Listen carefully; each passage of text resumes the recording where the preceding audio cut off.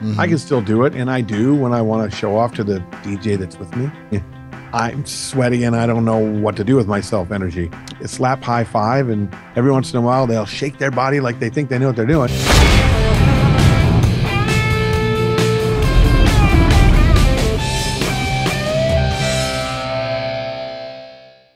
Oh, fatherly love right there. Go away, go find the father of the year, Bill Hermann. It's a beautiful thing, a beautiful thing. I'm so sorry about the sink. I don't know what to say. Well, just keep talking about music and people will be fine. All right, they can look away. When are we going to start the show? How about 15 minutes ago? What? This is a very long show. This is what? Huh? What? Where? What? And that's the podcast. Hi, everybody, and welcome to the Bill and Jason Show. I'm Bill Hermann. That's Jason Jones. No, wrong show. What? Wrong show. That's the only show Thursday. I have. This is Mobile Music Thursday with Bill Hermann. No, that's not the Jason Jones show. I would never be on that show. It's not the Jason Jones show. It's Mobile Music Thursday with Bill Hermann this week. Oh, like I know what I'm talking about. Why would you ask me about music? I am an old person that people sigh when they have to work with. Oh, not him. Oh, wait, you must not. No, you're just going to come and play 50s music all the time. Well, that's not what I heard. No, really? What? Yeah. What I heard people I hear people dance to the music you play. Maybe. So either you put something in the air that they'll just dance to anything, which all of us would like to get for our fog machines, or you are really good at choosing songs that people want to dance to, and you put them together in such a way that builds energy and keeps the dance floor packed as best you possibly choosing can. songs that people want to dance to is not that difficult. I mean, well, tell me what you do then. How do you do that? Everybody, we all know what people want to dance to. It depends on the situation, and at wedding receptions, they want a wide variety. So, I'm not playing a whole lot of music that's much different than any other DJ would play. In fact, when my clients say, well, you're not going to play music that all those other DJs played, that really tired old songs. Like Celebration, like YMCA, like Cotton Eye Joe. Yeah, see, nowadays, if I don't play those songs, it's because I'm sick of them. And I'm tired of them. I mean, when you're doing a 4-hour party, mathematically, you're not going to get that many songs in anyway. So, well, and a lot of your out of my dances life usually are like 2.5 to 3 hours at the most. Well, okay then, but not because you quit early, but because there's a lot of other activities. It's like it's split in thirds rather than a really long dance. That's what I'm saying. Well, no. At the dances, for me, a dance should start when we say it's time to dance. I don't try to warm them up with music. If I haven't warmed them up with the things I'm going to do as the MC, then maybe, you have to warm them up and try to get them used to the fact that you're going to ask them to participate. But sure. So what did you start with the last wedding you did? What genre did you start out with? The last wedding I did, the song I started with, I believe it was country. I think it was Sweet Home Alabama. Sweet Home Alabama you started with. And why did you choose that? Well, because they were very country oriented. The bride and groom liked country music. A lot of their friends had made requests before the dance began for country music. Awesome. So I wanted to start with something immediately that everyone in the room could identify with, regardless of the age of the person. Cool. And did that work the way you wanted it to? Yeah. And where did you go from there? From there, I did a couple more country songs, and then I slid into a different genre. I saw by Usher, Salt and Pepper. Well, I think I did play some Salt and Pepper at that dance.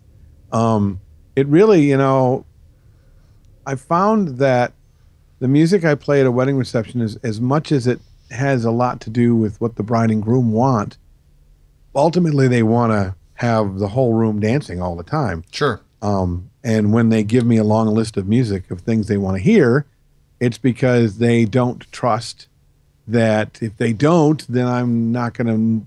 They've been to a wedding where the DJ played all night, and the dance floor had spatterings of 2 and 3 people throughout the evening. Sure. And mostly they sat around wondering why he wouldn't play something fun. Hey, Bill, that was just the one song, and it was Depeche Mode, and it's a really good song. And if they could have, you know, it was only 3.5 minutes long. No, I got it. Yeah, see, and I don't like empty dance floors. Not that anybody likes empty dance floors who do what we do, but I dislike it so much that if I play a song that you know pretty much empties it, I won't play it through. I'll get on and say, "Oh, geez, sorry about that, folks. Let's just move on to something else." And then you'll dump restart. it and pick something else. Yeah, I'll usually it's at the end of a set. Usually it's the end. You know how you get to that. You can really get them going really crazy, and then you just building and building and building and building and building, and then you just do that one more that you shouldn't have done, and you knew it before you put it in, but you're thinking, "I'm going to try it this time." I don't do that as often anymore, but when I do, and everybody goes, I like this, but I'm not going to dance. I'm just like, okay, I got it. You're done. Let's start over. So right, let's do a slow set. Right, I go into a slow set to kind of start over and rebuild.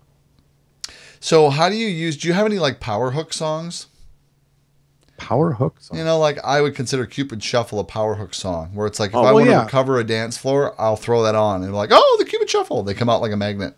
Right, and then my power hook songs are no different than anybody else's. I mean, get the Mobile Beat 200, top 200 every year, and I'm pretty much living in that. Well, but not all of those songs are power hook songs.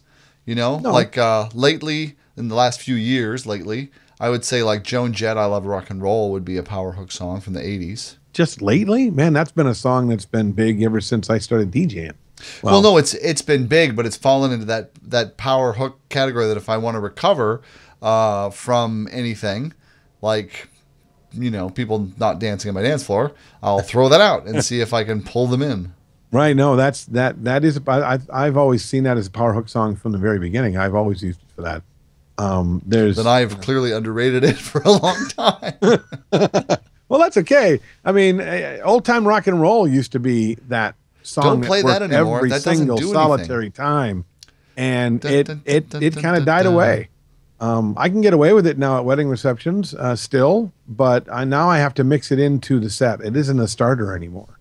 Used to be. And you don't have people trail off even when it's in the middle of a set? No. Why would I have people trail off in the middle of a set? Well, because the song is like I've never, even when I put it in the middle of a set, people lose interest in the song. Really? Yeah. I have not had that happen to me yet. And maybe it has to do more with the fact, I mean, I don't beat mix as much anymore. Mm-hmm. I can still do it, and I do when I want to show off to the DJ that's with me. But now it's more, I'm pretty much slam mixing just about everything. It's like bang, bang, bang, bang, bang, and it's about starting with a certain kind of an energy and wanting to end with that screaming, I'm sweaty and I don't know what to do with myself energy. Right. And in power hook songs and sets of music, you know, they build in and out of songs that we can sing to, that we don't have to be real good dancers to. Mm-hmm. I mean, we're sitting here in the Midwest, okay, and people don't really dance well at wedding receptions in the Midwest. Okay, it's mostly, you know, rock and roll, stomping, singing, jumping up down music for awkward white people. Well, I think it's called the hop around. What was that? Isn't it called the hop around? The hop around. Well, yeah, it's you know, they jump up and down and they sing at each other and they slap high five, and every once in a while they'll shake their body like they think they know what they're doing and slip on the beer on the floor. But honestly, people don't, you know, if people spend a lot of time picking songs that they think they can dance to, they don't pick many songs. It's songs that really they want to get excited about with their friends. Like, I love that song. Let's go. And they just kind of stand there and scream at each other. And every once in a while they'll hop and they'll clap and they'll sing. If you got hop and clap and sing in there, then you're winning at a wedding reception. Have you, does Love Shack still get traction for you? Love Shack still does get traction, believe it or not. Yeah, I've gotten to a point where it's, you know, Love Shack isn't my favorite go-to anymore, just because I've played it more times than most people will ever hear it. Mm-hmm. So I can, and it will always get traction for me. But I mean, even Shout. I mean, I hear DJs all the time, well, you're still playing Shout? Yeah. Oh, I love Shout. shout kills every single and it's time, super regardless interactive. of the age group, regardless of whether they're into hip hop or rock or country. That song is an end of the night song that still kills at every reception, every party that I do. I don't know that it's ever going to die. I hate to even say it out loud because I don't want it to die because it works that well. Yes.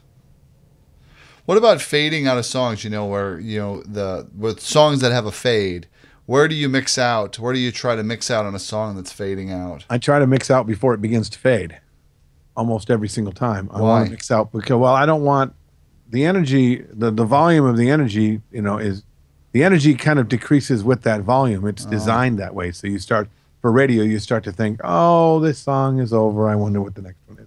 I want them here. They're here. They're here. They're here. And if all of a sudden on the dance floor, the volume starts going on, they go, I'm not here anymore. I'm kind of going down. It's like I can feel that there's an end to the song. And if I feel there's an end to the song, there's an end to me clapping and swaying and slapping and jumping and all that stuff. And then you so I want to keep them them into there. I want to, something. there's the energy. And I know it's about to fade. And I want the next song coming out at the same energy. And oftentimes I'll even push the volume so that with that slam mix, the next song will hit a little hotter, so that you don't. So it just bumps them a little more. Sure, right. I can't believe that this is anything though that most people don't do. I mean, this is DJ 101, I think. Well, I mean, it's there's always something that you don't do, that someone doesn't do or hasn't heard of. There's always, it's just like, just because you've done it for, can I see how many years? If you want to. 30. Oh, You're the very, very Methuselah nice. of DJing. But you've aged well. Thank you. You're welcome. One of these times during our Bill and Jason show, I'm going to take the toupee right off. That would be impressive. It'd be like a scene from Indiana Jones. Tell me when you're about to do it so I can videotape it. I'm hoping for the day that we have over 150 people listening. And then you can take it off for charity. Oh, yeah, for the really big money and the really fine listeners that we have. Yeah, it's true. It totally is true. So this is the DJ question I like to ask. So what is one song that you as a DJ, as a person, as somebody who likes music, this is more of a personal question, not about like what you do for your clients, but this is like your personal thing. What is one song that you really, really like, that you wish that everyone loved to dance to? Like, you think it's like you like it so much you think this should just pack the floor, but people just don't react to it that way. Oh, boy. Besides Jamiroquai. Is that your favorite? No. I just thought to see how you react. The new song with the new song that just came out. I haven't done a party since that new one came out. Wake Me Up? Bruno Mars. Wake me before you go. No, the new Bruno Mars funk song is smoking good.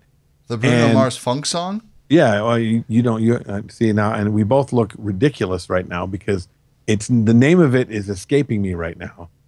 It just came out. Uptown Funk. There we go. It's called Uptown Funk. Oh. It is a killer song, and the moment I heard it, I knew that it was never going to be popular on a dance floor because I love it too much. But I haven't had a chance to test it yet. Oh man. Yeah, if everybody, I'm quite sure everybody except for you have heard of this song. Well, please, we'll ask our viewers to please post below the reactions that they've gotten to the new Bruno Mars song. Yeah. Whether that's a thumbs up or thumbs down. It's not amazing, on the show, amazing thumbs song. up, thumbs down, just in the comments. It's kind of a cross between Prince and Morris Day and the Time. Wow. And James Brown. And it's just really, really, really cool. Fun. Got great horn section, great lyrical content. It's just really just a cool, cool song. I'm an old school funk dude. I love all that stuff. Mm-hmm. So I can't get away with that kind of stuff anymore. When I was doing the clubs back in the 80s, it was EU and doing the butt in Detroit while I was there, and Midnight Star and that stuff was just it just. I miss it a lot. There's nothing really like it anymore. And this kind of came kind of close to that, edge of the time when Prince, was just about to hit big, and he was playing that deep, funky groove, and then Morris Day and the Time were coming out and just blowing the roof off of joints with the cool syncopated funk they were doing. And then I heard this song the other day, and then the week after I heard it, they were on Saturday Night Live, and they did it live, and they just blew the roof off the joint. It was cool. It was really cool. That's awesome. Okay, so here's my last question. Okay. My last question: what is the one song that you just so wish would stop being popular to dance to? Like, can we just please stop playing this song? Like, you'll play it for your audiences every time because they love it and they want it, but you'd be so happy if it just went away. Oh my gosh. And I know this is putting you on the spot, so. Yeah, you give me some thought about this, I would have. There are, boy, oh boy. There are a few songs that when I get requests for them, I go, really? Yeah. When I still get requests for Carly Jepsen, I kind of go, oh, Call Me Maybe. Really, man? It's not still killing dance floors, but when I get requests for it still, it's like. Yeah, like Owl City. I'm glad the request stopped for that. Owl City. Yeah, I never liked Royals. Oh, really? So even from that day when it first started getting asked for, I'd be like, sure, because they just they go sit around, they just wander around and sing along to it. Right. Kind of like how they used to do to No Rain back in the 90s. Yeah, but if they were at least on the dance floor holding hands and swaying and screaming out, "I'll never be royal," I would like, this is awesome, but they don't. They just kind of stand around by their tables. Oh, it's a song to get drunk to. So I would be, it wouldn't kill me if that one went away. If Royals but then again, I disappeared. haven't really having a lot of requests for it lately. So here I am stretching out the answer to my question. Well, that works though. Royals works just fine. Moni Moni, I'd be okay if Moni Moni went away. Wow. Yeah, I played that way more times than I'm ready to admit. Yeah. YMCA, both of them, but see, they both work. Even though Moni Moni and the YMCA, to me, make me go, ugh. And even though I got a lot of people who put it on their do not playlist, I know for a fact that I'm going to get a request for it. And I know for a fact if I play it, the dance floor will do well. And they're going to shout, "Hey, hey, what?" Right, exactly, every single time. And I have to be honest with my clients when they say, "Hey, do me a favor, put YMCA on a do not playlist." I'm like, thank you. But instead of just putting on the list, I say, well, you do realize that you're going to get requests for YMCA. "Oh, not my friends. They're too cool for that." And I said, I'm not talking about your friends. I'm talking about your mom and your grandma. The people who think, "Oh, we should go up and ask for a new song. See if he's got that Village People thing." Right. The ones that do it at aerobics. Right, exactly. And then you see the dumbfounded look on the bride's face. And I'm like, I'm okay if your mother comes up and asks for YMCA and I say to her, no. The bride asked me not to play it. As long as you're okay with me saying, no, your daughter said, don't play it. Right. And most times, sadly enough, most times the bride and groom say, good, I thank you. I do not play anything for my parents. My dad will ask for Glenn Campbell all evening long. Right. Like a rhinestone cowboy. That really gets the party going. Strangely enough, that really works well. Oh, Bill Hermann, thank you for having me on your show. Let me ask you, what's the one song that you could play that would literally completely kill a party? One song, kill a party. The one song that I could play that I would kill a party, probably "I Like the Rain." You mean, does it have to be a song that was actually popular?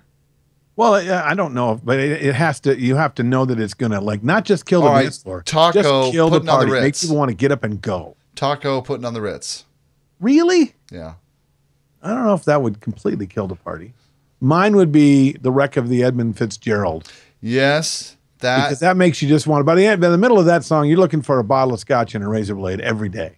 Exactly. That's the kind of song that you want to play at a bar that's really slow on the night that you're playing. So slow that your only audience are the four sad guys at the bar. So you just play breakup songs until the first one cries. Oh my gosh, that reminds me of that story you told me about that night. So you have to tell that story. The night Jason told me about this story about the night he got broke up. His girlfriend broke up with him, and he went to his job, his Well, DJ it was job, the just summer. It depressed didn't as all happen hell, that night. and tell him. And then what? Tell the story. It's awesome.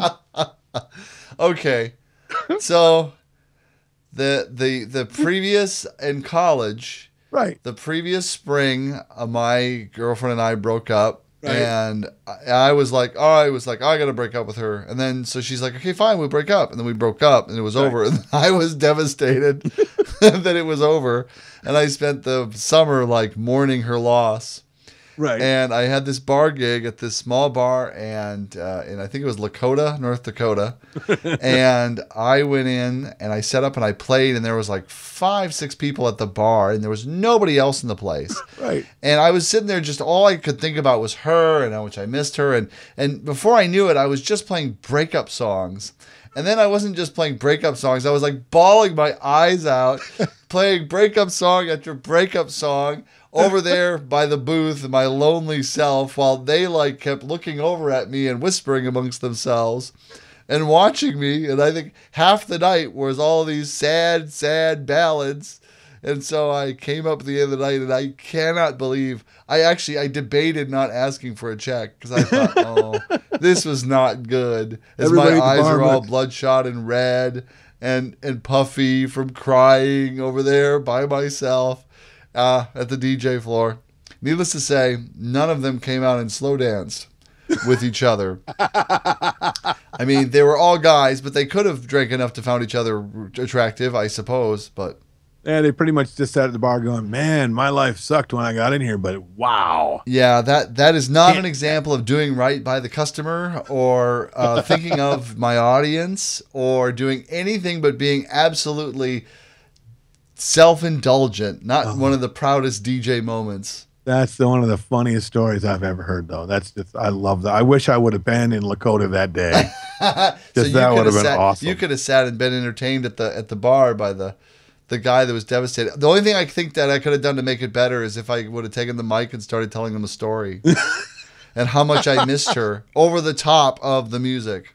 All right. This next song is the song that her and I heard the day we caught butterflies. Oh my God. This one's for you. We used to snuggle to this song. Oh, reminds me of the game we went to. It was so good. Why did I let her go? Oh my gosh, that would have been just the greatest thing ever. Okay. Thank you for having me on the show, Bill. Oh, absolutely. Anytime I can have you on your own show, I'll be there for you. Awesome. I think you should just host this show from now on. Should I plug my own show? Yes, you should. Okay, now every Monday, go to DJNTV and you can see the Bill and Jason show with my host and partner, Jason Jones. He's quite good, actually, on that show. Bill is really good on that show, too. I think that show's really entertaining. I like it. Right. And then be sure to come and see Jason and I at Mobile Beat Las Vegas. That's going to be a great thing. That's going to be February 23rd through the 26th, right? That's right. And there's still room in the Entertainment Experience Workshop in London. Oh my gosh, you could buy a ticket if you wanted. I'll make sure. I'll bring a seat from America just for you. He'll pull the seat out of the airline.